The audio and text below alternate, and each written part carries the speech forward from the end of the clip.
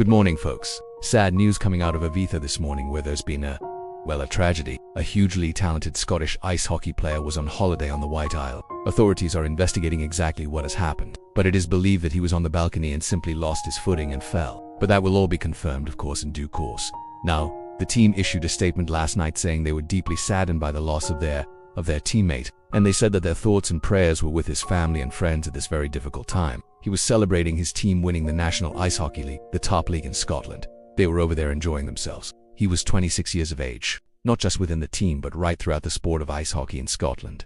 They're grieving, they're trying to come to terms with this awful tragedy. There are people talking about how he helped develop the sport, how he was a fantastic ambassador for the sport, and they're talking about the fact that he was just starting out his life. Really, he'd only finished his university education. He was a qualified accountant and was about to start his working life as well, so lots of potential. Sadly cut short. Phil Foden and Mason Greenwood, their girlfriends, were pictured in compromising situations on social media. They've been sent home as well. He was a hugely popular figure in the sport of ice hockey in Scotland, and he, as I say, played for the Dundee Comp. They're inexperienced and they've simply got themselves into a bit of a mess. This poor young man's family can get the answers they deserve, but that's not the case with the young man who's died in Ibiza this week. They had a fantastic season. They won the playoffs at the weekend and then naturally decided to go over to Ibiza to celebrate. They like to enjoy themselves. We saw over the weekend, of course, the pictures of the England football team doing exactly that. They were out celebrating after a successful season. And he fell, sadly, from a hotel balcony and passed away. It's still early days.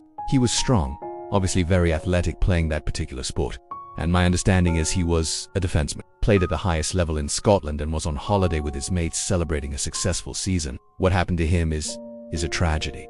That's the suggestion at this stage. So he would be required to be, well, pretty robust, obviously, for that position. I do have some more information about him. His teammates last night, they were obviously distraught. You can see other people within the sport of ice hockey in Scotland, the professional game, the governing body, the coaches, all paying tribute to this young man.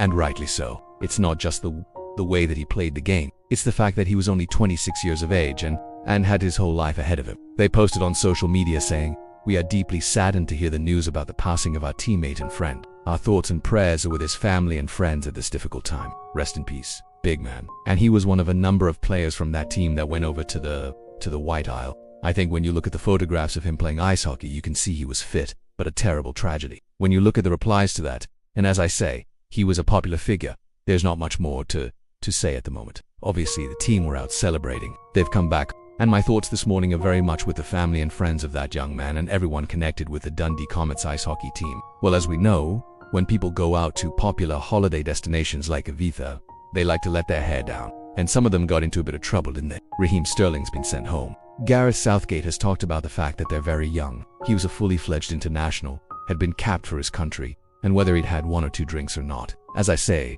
it appears he simply lost his footing and fell. But my thoughts, as I said, are with his family and friends and everyone connected with the sport of ice hockey in Scotland. Let's hope that the Spanish authorities can now establish exactly what has gone on and that this